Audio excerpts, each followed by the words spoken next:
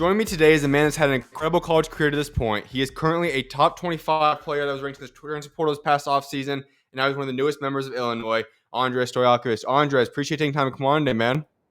Thanks for having me. Thank you. Absolutely. Well, first things first, you're committed. It's off your plate now. How's it feel to officially have this decision made? It feels good. Obviously happy with my decision. It took a while, but under a long process with the family, felt it was time, and it feels good. Absolutely, man. Well, I want to get into Illinois. We'll get into a lot of the different things, but I also want to for people to get to know you a little bit better. And so I want to kind of go into the very, very beginning portions of your life. Was basketball always what you grew up in? Because I know obviously your family's obviously basketball rich history, but you came from a bunch of family members that are athletes. So has basketball always been your dream, or when did that come to fruition?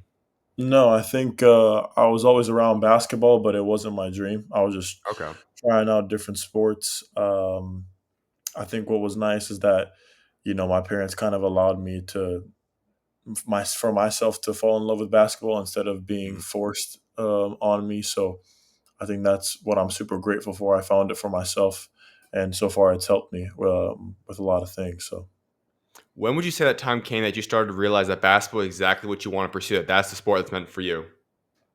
yeah, I think when I started high school, when COVID hit, there was nothing to do, just shooting out in the backyard. Me and pops just working at it every day. I think that's what kind of made me fall in love with it. Going into my sophomore year, I wasn't on varsity Mm. that summer, and uh, I had nothing else to do. So I think having basketball as an outlet, and being kind of like a I don't know, something to do to get the distractions away, um, Mhm. was something that I really looked for, and that's what it brought me. It brought me a new love, and I think that's when it started. That's interesting because a lot of people might be in that situation. I'm not varsity yet. I could obviously be a lot of different places. That might say, okay, maybe I want to go down a different path. For you, you said that kind of inspired you. That made you end up working out hard and you found that love for basketball. Take us to that because that has to be a little bit difficult. I think for a lot of people to look at that and say, see the player that you are today, and knowing you weren't on varsity yet as a sophomore, what allowed that shift in your mind to say, you know what, not only am I not going to not give up on basketball, but this is going to drive me to work harder now and go pursue this sport even more.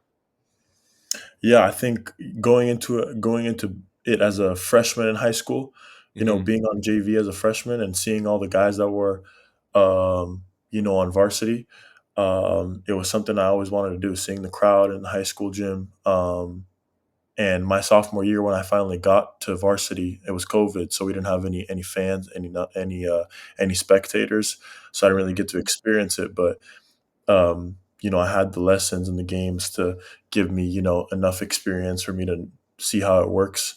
Um, so I think just being part of a varsity team and being held accountable, having certain standards to meet, and expectations to meet as a varsity player in high school, I think that's what I was looking for. And going into my junior year, I think I was more prepared, in terms of how to handle success and failures. So yeah. If I were to tell that sophomore, junior self of yours that you're going to be a McDonald's All American in high school and then you're going to college and you're going to become the player that you've become now, would that have shocked you? Would you have expected that? What would your reaction have been? Yeah, I think growing up, like every kid's dream is to be a professional athlete, no matter For what sure. sport you are. So I feel like going into my junior year, I was like, yeah, like obviously the end goal is NBA or any type of professional league. But if you had told me that I would have been a highly touted recruit, or I would have been, the portal player I was, or the journey I've had so far, Hmm. it wouldn't have made sense to me. So I think all of it was unexpected, but Sure. um, every place I've been the last 3 4 years, high school, Stanford, Cal, has been a new journey, and I'm extremely grateful for each one. Let's go into your family a little bit because, like as I said, athletes were from both your parents. Obviously, we know your dad, your mom was a successful athlete. Having two people in your life that you could kind of bounce ideas off of, have guidance, learn from the different things from them. How big has that been in your journey? Yeah, it's been huge. Having my dad as a basketball head, and just Hmm. knowing the game so well. He's played at so many different levels, and just learning from him. And then my mom being a track athlete, and her not knowing as much about basketball, but being kind of like, you Yeah. know, giving us the mental side of it, just like having two different sides to lean on. I think that's been the biggest part, having a basketball side and then all around sports side that can give you some things that aren't primarily about basketball, but just about athletes in general. What would you say is the biggest lesson you've learned from your dad and the biggest lesson you've learned from your mom? Yeah, I think the biggest lesson I learned from my dad was, approach each day like a pro. Mm, Um, you know, get into the gym and go through a workout 100%. Don't take reps off. You can, as if you're going to take any breaks, just make sure the reps are 100%, and that's how you build conditioning. That's how you build confidence. I think that's the biggest thing I've learned from my dad. And mhm. then something that I learned from my mom was, she just reminds me every day to, let me love what I do. Sure. Not have it as a job quite yet, but yeah, consider it as a blessing that I get to do what I do, and now people are getting paid for it. So, really took advantage of it. You said something I really love because you talked about the fact that it wasn't forced upon you to go play basketball. I think so many people would have said, and I'm sure your dad even would have said, you know what, my son playing basketball would have been awesome. That's probably what he would like to have in the back of his mind. But having them say, you know what, I want him to choose what he wants to do, had to be huge for you. When you did fully commit to basketball, though, what was your dad's reaction? How much did he really enjoy that? And now, how have you guys kind of grown your bond in that sense now, knowing that you guys share that same love and passion? Yeah, I think we've always bonded over basketball, like growing Okay. up, just watching it and stuff. But when I started taking it like really seriously, Hmm. um, that COVID year, it was less of an enjoyment, but it was more of like, okay, if you're gonna do this, we're gonna do this the right way. We're not gonna take any shortcuts, all of that stuff. So I think him Okay. just being there in the corner for me and um, you know, teaching me how to approach the game and not cheat it, it was huge. All right, so I want to ask you another thing is in regards to basketball, but obviously you have nationality descents come from Serbia, Greece. Also, you can play for America in terms of national teams. And I know as times to start coming up in the next few years, Olympics 2028 down the road, and so on and so forth. For yourself, is there a commitment you've made yet? Would you be interested in playing for Serbia, Greece, America? Where would you stand if that were to be an option for yourself? Yeah, I think being born in Greece and my mom from Greece, just Hmm. having that, I think that's pretty big, and I'm kind of leaning towards either Greece or Serbia. Okay. I haven't given it much thought to play for Team USA Hmm. ever in my life. Okay. Obviously, that's something I would have to consider with my family if that time comes. But Sure. as of now, it's probably going to be either Greece or Serbia. Have you had talks, and if so, is there a potential timeline for you? Like I said, obviously Olympics is 2028. I know you're gonna have the World Cup coming up in a couple year or two now. You have the different Euro Cups and those things. Is there a time you've ever been interested in or even talked to them saying, you know what, I might be interested in joining these teams at this point in time? Yeah, the national team of Greece, the coaches came to visit me this past Okay. year. They came to watch a game while I was at Cal and came to visit for a couple nights. So I think that was a pretty serious approach by them, and expressing their interest for the future. Hmm. Kind of building a foundation for what the national team could look like, and I think that's something. Um, I really, me and my family really respected about them, just them showing interest in flying all the way out here to express their interest for me. So yeah. If that day comes to fruition, how special would it be to represent an entire nation? Like I think it's always cool to represent schools, represent teams, or something. But when you represent a country on one of the stages, that gotta be a different kind of feeling. How exciting would that be for you if you get that opportunity? Man, it would mean everything. No matter what stage it is, Olympics, World Cup, Euro Yeah. Cup, like any type of European championship is when you have a flag on your jersey instead of just a program or a club, Hmm. it's different. Yeah. It's a whole country that is rooting for you, so it's a different feeling. All right, let's go into your high school recruiting process that brought you out to Stanford then. As you're going through that process, you had schools from Kentucky, UCLA, Texas, Indiana, Florida, etc., all in the mix for you. You ended up coming to Stanford though. Why were they the school that won you over? What about Stanford was it that you said, okay, this is the right program for myself? Yeah, I think the biggest part coming out of high school was just staying close to home and having an opportunity to play right away. Hmm. I think that's what the staff at the time at Stanford did for me, and I'm forever grateful for them. As a freshman, um, in comparison to other freshmen around the country. I played a lot of minutes, and Yeah. I learned a lot. I had ups and downs. I struggled a lot. I learned a lot. Mhm. But without that year, I wouldn't have had the year I had at Cal this past one. So, extremely thankful for the coaches to put me in that position at Stanford. Um, and yeah. Walk us through those ups and downs because, as you talked about, that year obviously leads to what is a breakout season we'll talk about momentarily at Cal. But you go through that season as a freshman, it's not always easy. And you go through ups and downs, as you alluded to. What was the duration of that freshman year like for yourself, and how did that help grow you into the player you are today? Yeah, I think the biggest thing was just consistency. I wasn't consistent as a freshman. I had highs Yeah. um, against various teams, and then I had lows where I didn't know how to impact the game if shots weren't falling. Mhm.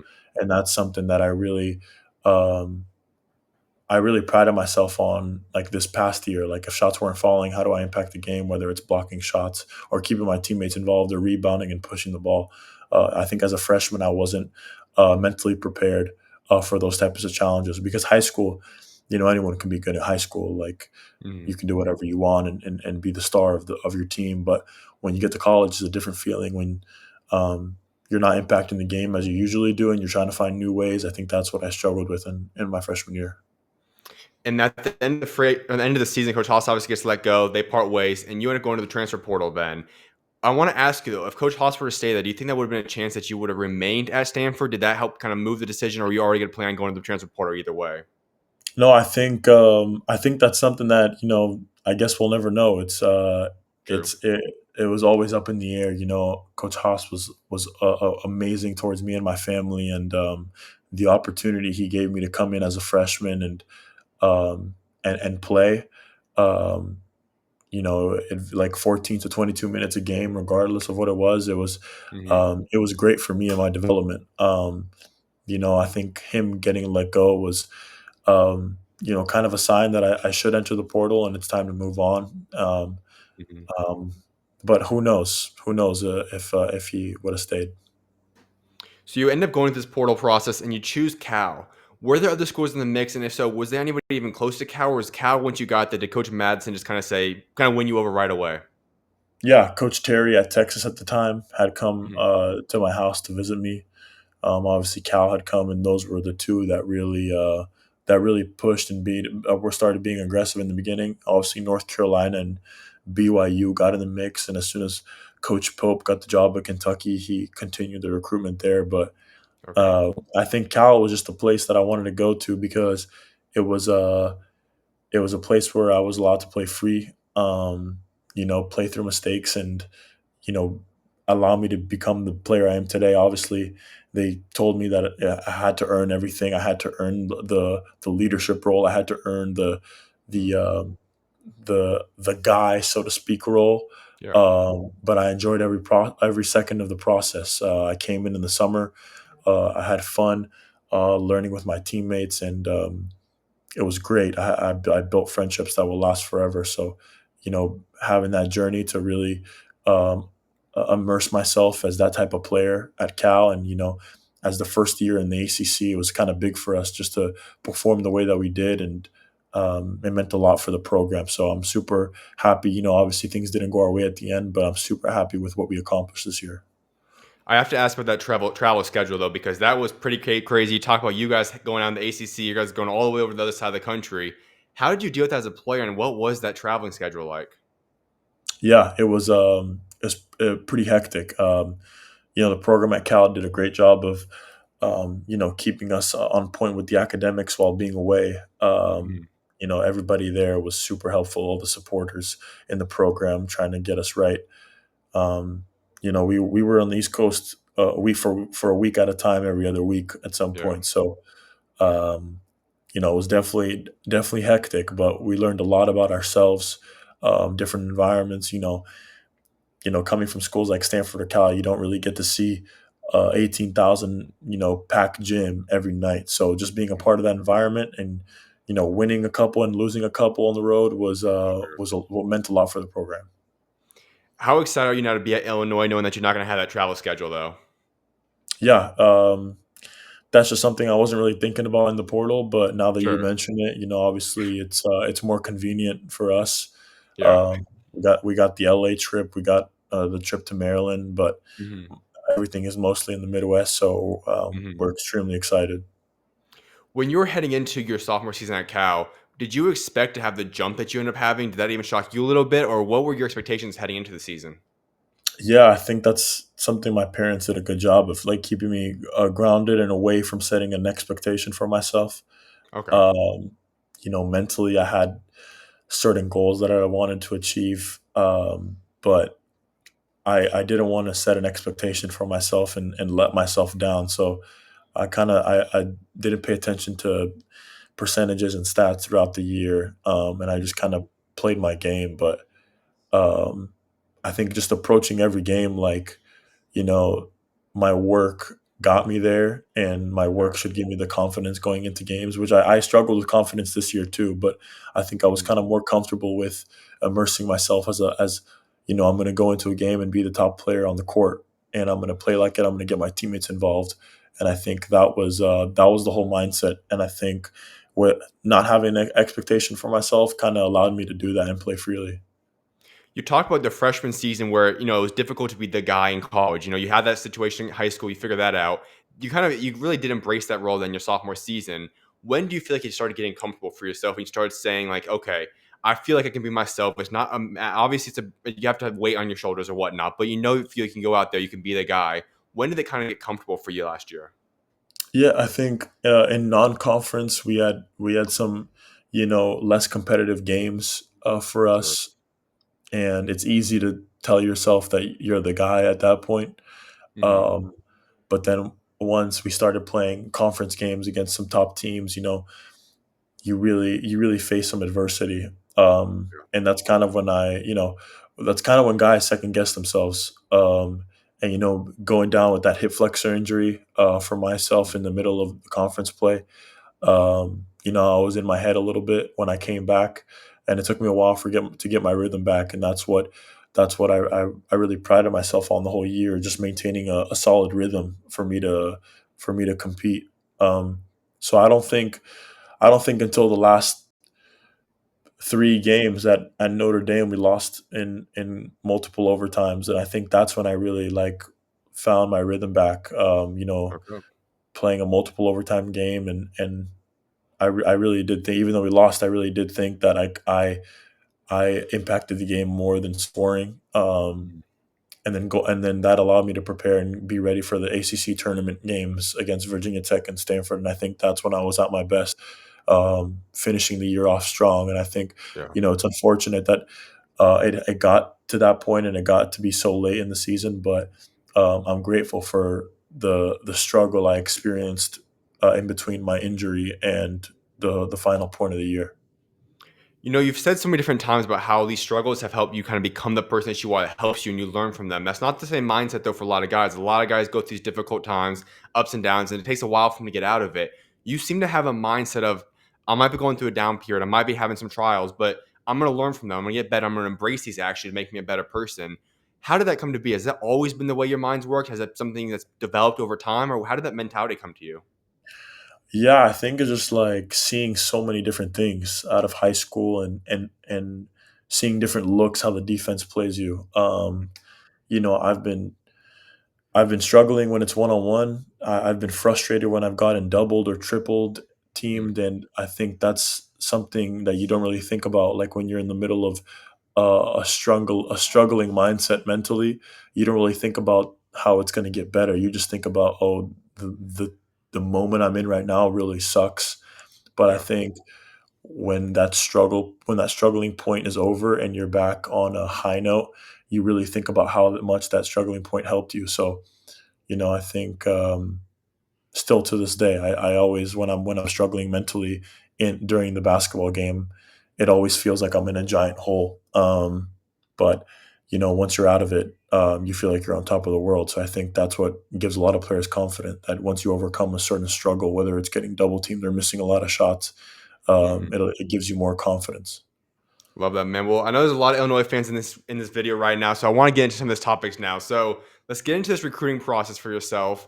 And when you talk about this process, you had all schools reaching out to you. A lot of schools that's obviously not inside your top three, but you do narrow it down to a final three: Illinois, UNC, Stanford. What was it about those three schools, and why were they the ones that you felt comfortable going to at the end of the day? Yeah, I think I heard from a lot of schools. I had the do not contact tag, and Hmm. most of those schools reached out to my agent and my dad, and my agent and my dad basically brought the schools to me that were the most realistic options and most interested in my skills. Hmm. You know, all three schools were extremely aggressive towards the end of my recruitment. And I think I kind of just went with the most consistent one, just not willing to, they weren't there's no ups and downs in the recruitment. They were staying solid with everything they expected from me. Okay. And I think that's what kind of attracted me to Illinois, having that trust from Coach Underwood and his staff, and that relationship that we built while I was in the portal was huge for me. When you talk about those other schools, what would you say? I mean, you kind of just emphasize the fact that he stayed consistent throughout it all. What do you exactly mean on that? If you could elaborate a little bit more, like how Coach Underwood and the staff were more consistent throughout the period. What was like an example of that? Yeah, I mean, when you're in the portal, schools there's going to be a week where they're on you and they want you extremely bad, and there's going to be another week where they're recruiting another kid. Okay. Um, and the interest just kind of fluctuates up and down. And I think with Coach Underwood, it was solid the whole time I was in the portal. He expressed his interest. He reached out every day to Drake, and which was my agent and my dad. Mhm. And I think that's something that my family really valued. Just hearing that interest constantly and that reassurance that I was going to have a certain role and a certain expectation, and there was going to be pressure, obviously, when you're at a school like Illinois. But Yeah. that's something that I wanted. I wanted that pressure. I wanted a fan base that's gonna, love and hate you when there's good and bad times. So I think Mhm. that's what I was looking for, and I'm obviously grateful for the decision I've made. At what point did you know Illinois is where I want to play basketball at? Yeah, I think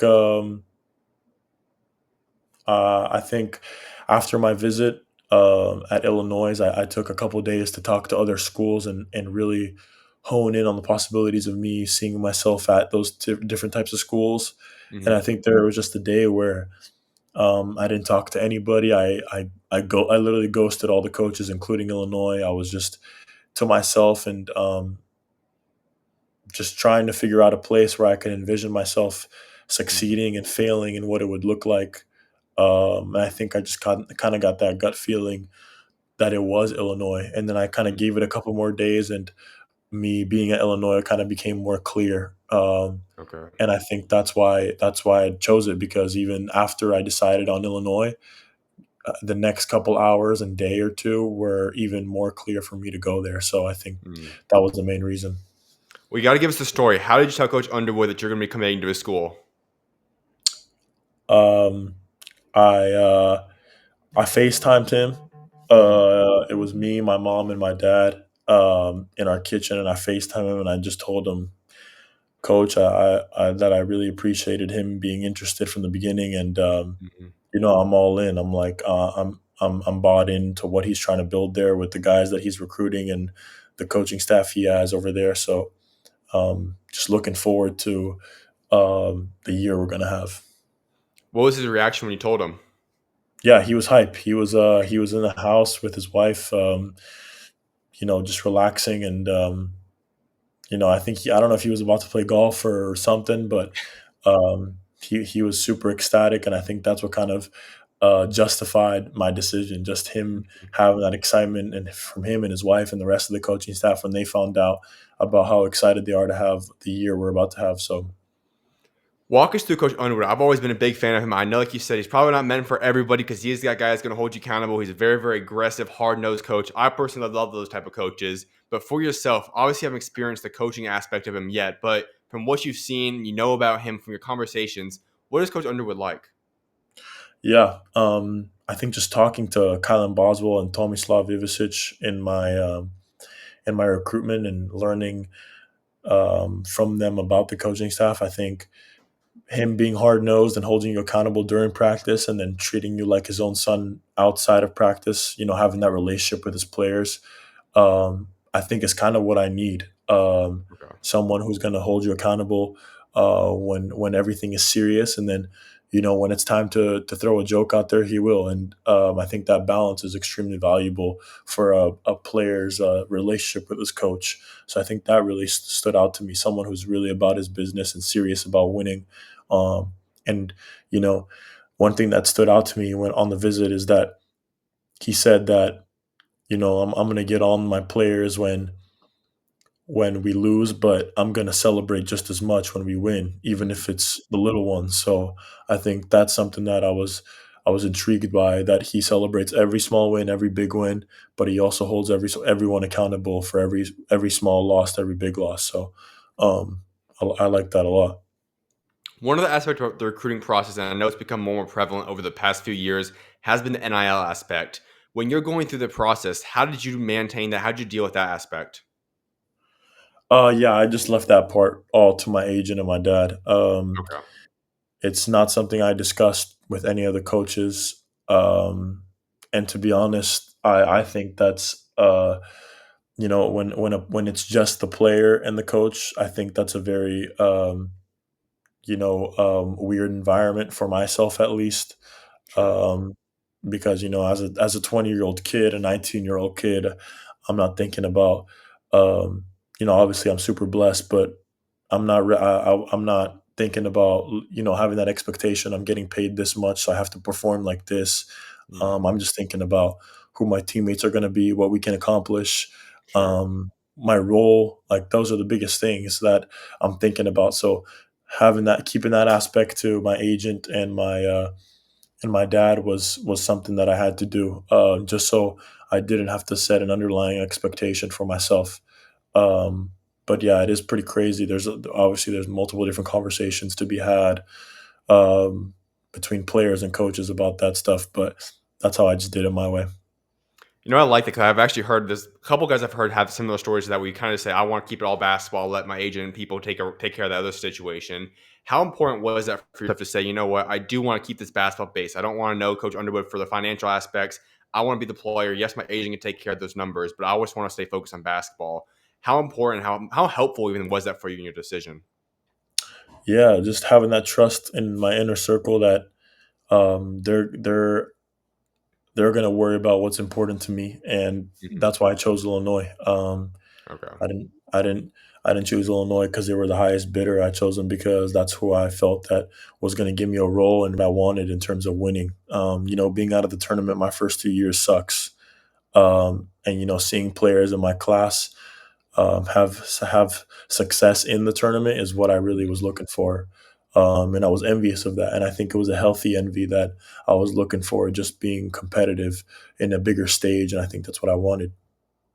When you talk about your goals for this year, I have a feeling you kind of just answered part of what those goals will look like. What do you want to accomplish? What do you want to get done in this year at Illinois? I want to win, period. That's it. I've struggled statistically. I've had success statistically. Um, I've scored points. I've rebounded the ball. Um, I've shown that I can get my teammates involved. I've shown that I can block a lot of shots. But I think the main thing is just winning on a big stage. I think that's what I want, and I'm super hungry for that. I think I know how I can help Illinois as a scorer, as a leader. I know how every single one of my teammates at Illinois can help Illinois this upcoming year.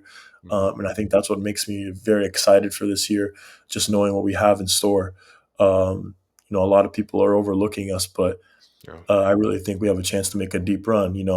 People ask me, um, where I see us in the next couple months, and I can't answer it because I don't want to set a ceiling. I just feel like there is no ceiling. We Mhm. could go in the tournament and lose first round, or we could go all the way and win a national championship. That's how I feel about this group, and I think we have every tool to do that. So yeah. Well, let's break down this team a little bit because the first aspect I have to ask you about is that something that people have picked up on a lot. There's a lot of Balkans on this team now. There's a lot of guys with history from out there. Can you take us through just what that's going to be like? Having people that you can relate to. Obviously, there's a couple Serbians on the team. They just have the Ivicic brothers as well. Having that relation where you're going to have a lot of international flavor on that team. How exciting is that? Yeah, for myself, it's extremely exciting. Hmm. I've only been in that environment in street ball in the summertime, Yeah. when you're out in the park, when I'm back home in Europe in the summer. So, Mhm. um, playing with those guys, on a national scale and in front of thousands of people, I think is super exciting, not just for myself, but for those guys as well. Coming in from Europe, I'm the only one out of the five Balkans that experienced high school ball in the States, Mhm. and I think those guys coming in are super excited. They've faced a lot of adversity when it comes to basketball, and I think all of them are hungry. You saw what the Ivisic twins can do in college. They've shown that they're both elite bigs. Yep. Um, and Mihailo Petrovic is just a phenomenal point guard who's coming in from Serbia. And, young David is, he's just going to bring that young flavor and, a four-man that can shoot the ball. And I think we're all excited um, about what we can bring. But did that impact your recruiting process at all, knowing that there's gonna be a lot of people that you can kinda relate to on that aspect? Um, I think going into the portal, I wasn't really looking for that. I Okay, didn't know what to expect, how the Illinois lineup was going to look like, but sure. I kind of saw a depth chart on my visit, and obviously it was intriguing. Yeah. I don't think we've ever seen a lineup like that in college basketball. So, Uh-uh. um, it was definitely intriguing. It wasn't the reason why I went there, but now that I'm there and I know the fit is right for myself, and Right. the fact that they see the same for themselves at Illinois just Mhm. makes it even better. Someone else on that team I wanna talk about is the guy that's coming in the backcourt with you, that's Kylan Boswell. He's a guy that I think I'm very high on, I think he's a very underrated player. I think you 2 Yeah. could thrive together next year as well. Early prediction on how you 2 will thrive together, what would that be? Yeah, me and Colin are stoked to play together. Yeah. As soon as I entered the portal, he texted me, um, and I think that's just something that we've been talking about for a while. I bring certain things to the game that he was looking for, and he brings certain things to the game that I'm looking for in a backcourt mate. So Mm. having that balance, both of us can shoot it. Um, we're just extremely hungry to win. Right now he bleeds Illinois, so Mhm. I'm ready to join him in that, and we're just super excited. One of the aspect I wanna ask you about in regards to Coach Brad Underwood and what he's done is you look at the big guard track record he's have. Obviously, the long guys, Will Riley, Kasparis, the most recent guys. You go all the way to Io, he's been great. TJ Shannon, so on and so forth. How big was that for you, recognizing, knowing that Coach Underwood isn't just talking big talk; he has a track record. He's taking guys similar to you in terms of stature, body size, and put them into the NBA. How big is that for you, knowing that you could be coached by that now? Yeah, I think on the visit, seeing those comparisons of Io, Marcus Domask, Yep. TJ Shannon, and obviously the two freshmen they had this past year, Will and Kasparis, and them comparing those roles to what my role could look like was, I think, what I was kind of looking for going into the portal. Mm. Um, and I do think that um, me having that role and those guys that are around me at Illinois right now just will make that role for me easier for myself, easier for them. I think that we're going to space the floor tremendously. We're going to have great shooting all around. We're going to have an open court. Mhm. So we're really excited for that. Couple of things before I let you go. One of which is just discussing the NBA aspect. Obviously, because of the way you performed last season, I know some people could have expected you to say at least test the waters, see what that process is going to look like for yourself. We know you're coming back to college though next season. What led to that decision? Yeah, I think just sticking to my work. I think I had a pretty good year, Mhm. but there were some struggles that I could be more consistent in, and Okay. I've been very honest with myself about those conversations that I've had about my struggles, and it's something I'm not afraid to share. I know I didn't shoot the ball as well from behind the three as I could have, um, and I know that I could get my teammates involved better. So those are some of the things that I've been honest with myself about, and I'm looking forward to improving more on those aspects of the game. And the time when the time comes, when the time is right, I'll be there and I'll be ready. So I'm not really in a rush. So yeah. If you were to look at yourself and say, okay, I need to accomplish this, that, and the third, I need to get better at this, that, and the third, whatever it might be to say I'm ready for the NBA draft, what would that entail? It's That's just another thing that I don't want to set an expectation for Sure. myself. Makes sense. Um, just going to go out there and play the game freely. Um, and I think, um, playing freely and winning will take care of itself. Mhm. And I'm confident in that. And I think every other guy in that locker room is confident in that. So um, I'm just excited to win. That's it. When you get your first game and playing at Illinois in front of those fans, what do you think the emotions will be going through your mind? How excited are you play in front of those fans? There's going to be a lot of excitement, a lot of nerves. Um, but I think that the emotion will be, you know, gratefulness that I have, thousands of people that are gonna criticize me if something goes wrong, or they're gonna love me if something goes right. So I think that's what I'm looking forward to. Um, at, at the end of the day, at least people care. So that's Yeah. that's what I'm that's what I'm there for. Is there a game you currently have circled on your schedule? I know there's been a couple of non-conference games get leaked out now and just posted about, but you know for sure the non-conference games what those are going to entail. Is there a game you have circled that you're most excited for?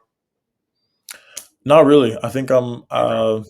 There's no personal connection to any school. I'm just excited to go in and win as many games as possible. I think the LA trip will be special just because it's close to my parents. They're gonna Yeah. be able to bring my sister and my brother to come Mhm. watch me play. I think every time I go back to California will be special. But I'm just looking forward to seeing all the different environments in the Big Ten, something I haven't really experienced. So um, I'm looking forward to what will be a special year. Absolutely, Andres. Well, I have one final question for you. So the question I like wrapping up every interview with, and let's talk about your legacy. When you're done at Illinois, but even on the greater scheme, when you're done playing basketball, when that day comes down the road, what is it that you want your legacy to be? What do you want to be remembered for what you accomplished on and off the court? I think just being a role model for um, my younger siblings. I think I'm close in age with my sister, and I think um, letting her achieve her own dreams, and then my younger brother has aspirations of becoming a professional basketball player. So just Mhm. I think I want people to know that I was an inspiration to my younger brother, who's going to have an even bigger name than me in a couple of years, and I'm looking forward to when that happens. I love that, man. Well, Andres, I appreciate taking time to come on today, man. I can't see what God's got in store for you up in this upcoming season. Yep. Thank you. Thank you. Absolutely. You're always welcome on, man. God bless. Yes, sir.